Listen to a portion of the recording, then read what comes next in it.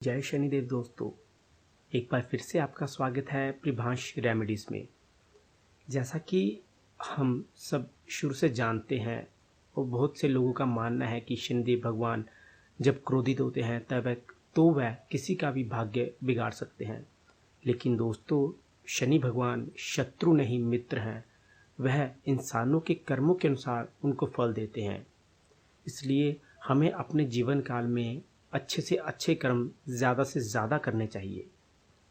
शनि की कुदृष्टि से राजाओं तक का वैभव पलक झपकते ही नष्ट हो जाता है। शनि की 7.5 दशा जीवन में अनेक दुखों विपत्तियों का समावेश करती है। सभी ग्रहों में शनि का मनुष्य पर सबसे हानिकारक प्रकोप होता है। अंत मनुष्य को शनि की कुदृष्टि से बचने के लिए शनिवार का व्रत करते हुए शनि देवता की पूजा अर्चना करनी चाहिए। वैसे तो शनिवार का व्रत कभी भी शुरू किया जा सकता है, लेकिन श्रावण मास में शनि का व्रत प्रारंभ करने का विशेष महत्व है। तो दोस्तों, आज की इस वीडियो के माध्यम से हम आपको बताएंगे कि आप शनिवार का व्रत कैसे करें और शनिवार का व्रत करते समय आप ऐसी कौन सी गलतियां ना करें जिससे कि भगवान शनि आप पर क्रोधित हों, और किस पूजा विधि से और इस शनि व्रत की कथा क्या है, यह समस्त जानकारी हम आपको अपनी इस वीडियो के माध्यम से देंगे। तो कृपया अंत तक हमारी इस वीडियो के साथ जुड़े रहिए। दोस्तों, अब हम आपको बताते हैं शनिवार व्रत की पौराणिक कथा क्या है। ध्यान से सुनिए। इस कथा को सुनने मात्र से ही आपके सभी पापों का नाश होगा और शनिदेव की आप पर कृपा होगी। जो भी इस कथा को सुनेगा उसके मनवांछित फल प्राप्त होगा, उसकी मन की हर मनोकामना पूरी होगी। ध्यान से सुनिए। एक समय स्वर्गलोक में सबसे बड़ा कौन के प्रश्न पर 9 ग्रहों में वाद विवाद हो गया। विवाद इतना बढ़ गया कि परस्पर भयंकर युद्ध की स्थिति बन गई। निर्णय के लिए सभी देवता देवराज इंद्र के पास पहुंचे और बोले, हे देवराज, आपको निर्णय करना होगा कि हम में सबसे बड़ा कौन है। देवताओं का प्रश्न सुनकर देवराज इंद्र उलझन में पड़ गए। इंद्र बोले, मैं इस प्रश्न का उत्तर देने में असमर्थ हूँ। हम सभी पृथ्वी लोक में उज्जैनी नगरी के राजा विक्रमादित्य के पास चलते हैं। देवराज इंद्र सहित सभी ग्रह उज्जैनी नगरी पहुंचे। महल में पहुंचकर जब देवताओं ने उनसे अपना प्रश्न पूछा तो राजा विक्रमादित्य भी कुछ देर के लिए परेशान हो गए, क्योंकि सभी देवता अपने अपनी शक्तियों के कारण महान थे। किसी को भी छोटा या बड़ा कह देने से उनके क्रोध के प्रकोप से भयंकर हानि पहुंच सकती थी। अचानक राजा विक्रमादित्य को एक उपाय सूझा और उन्होंने विभिन्न धातुओं स्वर्ण, चांदी, कांसा, तांबा, सीसा, रांगा, जस्ता, अभ्रक व लोहे के 9 आसन बनवाए। धातुओं के गुणों के अनुसार सभी आसनों को एक दूसरे के पीछे रखवाकर उन्हें देवताओं को अपने अपने सिंहासन पर बैठने के लिए कहा। देवताओं के बैठने के बाद राजा विक्रमादित्य ने कहा, आपका निर्णय तो स्वयं हो गया। जो सबसे पहले सिंहासन पर विराजमान है वही सबसे बड़ा है। राजा विक्रमादित्य के निर्णय को सुनकर शनि देवता ने सबसे पीछे आसन पर बैठने कारण अपने को छोटा जानकर क्रोधित होकर कहा, राजा विक्रमादित्य, तुमने मुझे सबसे पीछे बिठाकर मेरा अपमान किया है। तुम मेरी शक्तियों से परिचित नहीं हो। मैं तुम्हारा सर्वनाश कर दूंगा। भगवान शनिदेव ने कहा, सूर्य एक राशि पर 1 महीने, चंद्रमा 2.25 महीने, मंगल 1.5 महीने, बुध और शुक्र 1 महीने, बृहस्पति 13 महीने रहते हैं, लेकिन मैं किसी राशि पर 7.5 वर्ष तक रह सकता हूँ। बड़े बड़े देवताओं को मैंने अपने प्रकोप से पीड़ित किया है। राम को 7.5 के कारण ही वन में जाकर रहना पड़ा और रावण को 7.5 के कारण ही युद्ध में मृत्यु का शिकार बनना पड़ा। राजा, अब तू मेरे प्रकोप से नहीं बच सकेगा। इसके बाद अन्य ग्रहों के देवता तो प्रसन्नता के साथ चले गए, परंतु शनिदेव बड़े क्रोध के साथ वहां से विदा हुए। राजा विक्रमादित्य पहले की तरह ही न्याय करते रहे। उनके राज्य में सभी स्त्री पुरुष बहुत आनंद के साथ जीवन व्यतीत कर रहे थे। कुछ दिन ऐसे ही बीत गए। उधर शनि देवता अपने अपमान को भूले नहीं थे। विक्रमादित्य से बदला लेने के लिए एक दिन शनिदेव ने घोड़े के व्यापारी का रूप धारण किया और बहुत से घोड़ों के साथ उज्जैनी नगरी पहुंचे। राजा विक्रमादित्य ने राज्य में किसी घोड़े के व्यापारी के आने का समाचार सुना तो अपने अक्षपाल को कुछ घोड़े खरीदने के लिए भेजा। घोड़े बहुत कीमती थे। अक्षपाल ने जब वापस लौटकर इस संबंध में राजा को बताया तो राजा विक्रमादित्य ने स्वयं आकर एक सुंदर व शक्तिशाली घोड़े को पसंद किया। घोड़े की चाल देखने के लिए राजा उस घोड़े पर सवार हुए तो वह घोड़ा बिजली की गति से दौड़ पड़ा। तेजी से दौड़ता हुआ घोड़ा राजा को दूर एक जंगल में ले गया और फिर राजा को वहां गिराकर जंगल में ही कहीं अदृश्य हो गया। राजा अपने नगर को लौटने के लिए जंगल में भटकने लगा, लेकिन उन्हें लौटने का कोई रास्ता नहीं मिला। राजा को भूख प्यास लग रही थी। राजा भूखा और प्यासा था।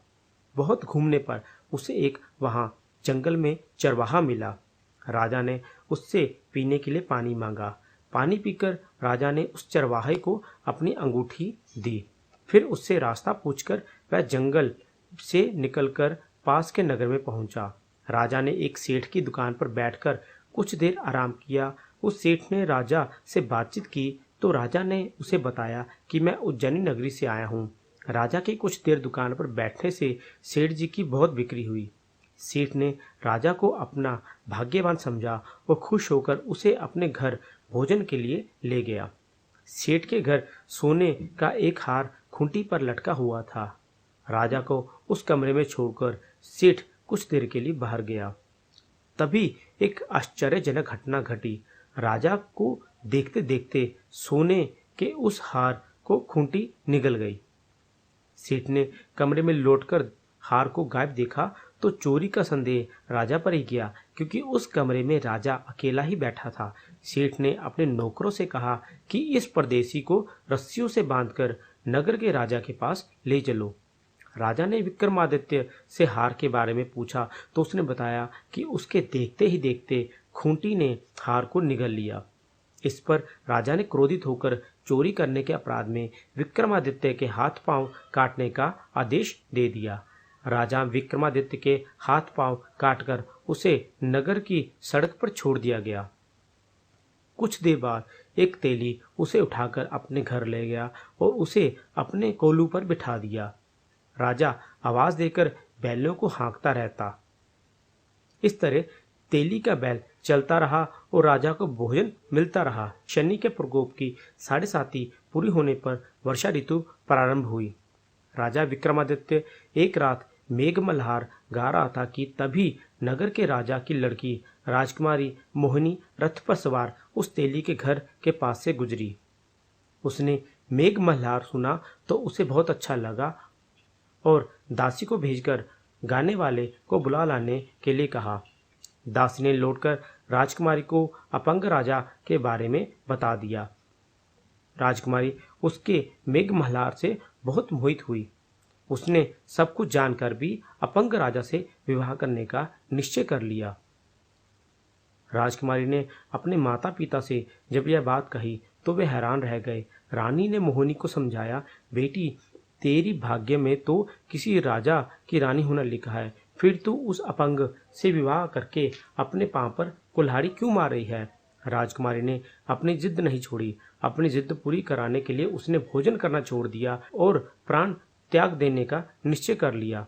आखिर राजा रानी को विवश होकर अपंग विक्रमादित्य से राजकुमारी का विवाह करना पड़ा।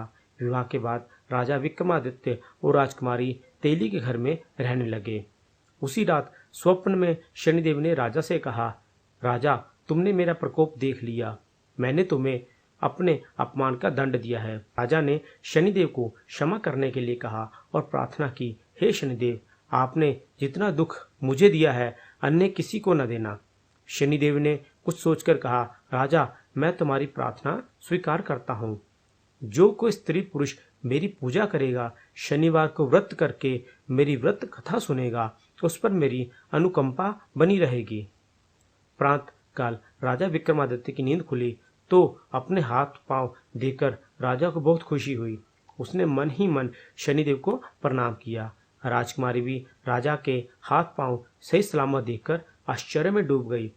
तब राजा विक्रमादित्य ने अपना परिचय देते हुए शनिदेव के प्रकोप की सारी कहानी सुनाई। सेठ को जब इस बात का पता चला तो दौड़ता हुआ तेली के घर पहुंचा और राजा के चरणों में गिरकर क्षमा मांगने लगा। राजा ने उसे क्षमा कर दिया, क्योंकि यह सब तो शनिदेव के प्रकोप के कारण हुआ था। सेठ राजा को अपने घर ले गया और उसे भोजन कराया। भोजन करते समय वहां एक आश्चर्यजनक घटना घटी। सबके देखते ही देखते उस खूंटी ने हार उगल दिया। सेठ जी ने अपनी बेटी का विवाह भी राजा के साथ कर दिया और बहुत से स्वर्ण आभूषणों धन को देकर राजा को अपनी बेटी के संग विदा किया। राजा विक्रमादित्य राजकुमारी मोहिनी और सेठ की बेटी के साथ उज्जैनी नगरी पहुंचे तो नगरवासियों ने हर्ष से उनका स्वागत किया। अगले दिन राजा विक्रमादित्य ने पूरे राज्य में घोषणा कराई कि शनिदेव सब देवों में सर्वश्रेष्ठ है। प्रत्येक स्त्री पुरुष शनिवार को उनका व्रत करे और व्रत कथा अवश्य सुने। राजा विक्रमादित्य की घोषणा से शनिदेव बहुत प्रसन्न हुए। शनिवार का व्रत करने और व्रत कथा सुनने के कारण सभी लोगों की मनोकामनाएं शनिदेव की अनुकंपा से पूरी होने लगी। सभी लोग अनंत पूर्वक रहने लगे। तो दोस्तों, यह थी भगवान शनिदेव के व्रत की कथा। अगर आप इस शनिवार या किसी भी शनिवार को शनिदेव के व्रत की कथा सुनते हैं तो भी आप पर भगवान शनिदेव की कृपा अवश्य होगी। आपकी सब मनोकामनाएं पूर्ण होगी।